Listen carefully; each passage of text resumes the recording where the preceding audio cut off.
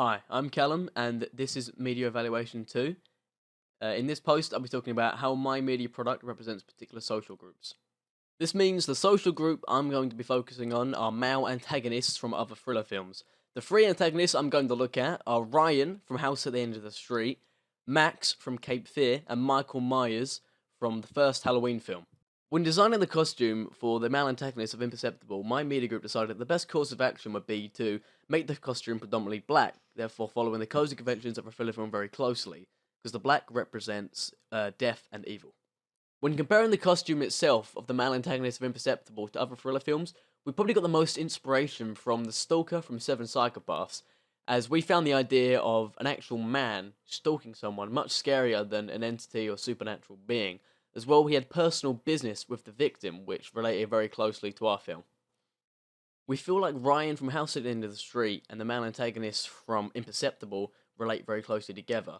They both show their face to the female victim at all times, which is very unlike the codes and conventions of a thriller film. Usually they wear a mask or a hood or attempt to hide their face, but both Ryan and our stalker show their face very clearly. They're both the same age as the female victims they stalk and attempt to take possession of the female victims, whereas usually male antagonists try to either rape or kill female victims in thriller films. Both this and showing their face to the female victim, we feel went against the code and conventions of a typical thriller film, which is why we chose Ryan as one of the most relatable characters to our male antagonist.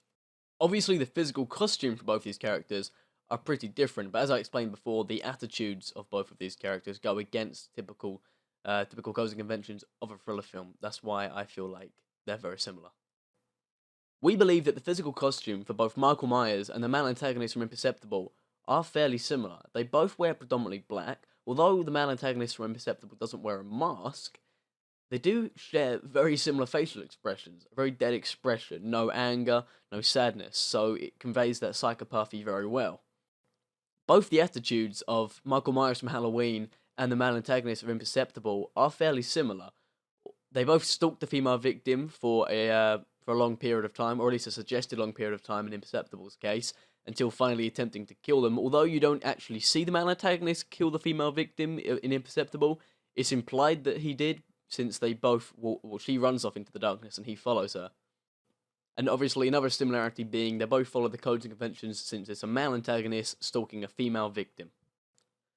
We feel that a good comparison of our male antagonist to another male antagonist in a thriller film would be Max Cady from Cape Fear, as they're completely different.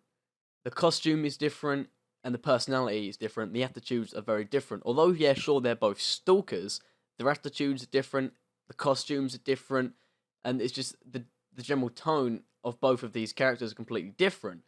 As for example, Max Cady can go shirtless. He wears light colors, and you never see our male antagonist do that. Although he's sure he wears a white shirt, he wears a black coat, a black tie, black trousers below that to convey complete darkness. Max Cady has quite a personality about him. He's got an attitude. He shows emotion. He shows anger. He shows happiness. Whereas our male antagonist doesn't. He doesn't show anger. He doesn't show happiness. He doesn't show anything. He just has a blank expression on his face since he's a complete psychopath and cannot show emotion. So when we designed the costume and the attitudes and personalities of that male antagonist for our film, we decided to go in the complete opposite direction that Cape Fear did. When comparing our male antagonist to other male antagonists from thriller films, we felt the best and close representation was Ryan from House at the End of the Street, as both him and his victim are a similar age, the same with our film. Although they don't wear the same costume, they share very similar attitudes towards their female victims. They both have a personal link with that victim, which we feel that although it doesn't say that our male antagonist did, we feel that since that was just the opening of the film, as the film went on, you'd see why he stalked her and the personal relationship that they shared together.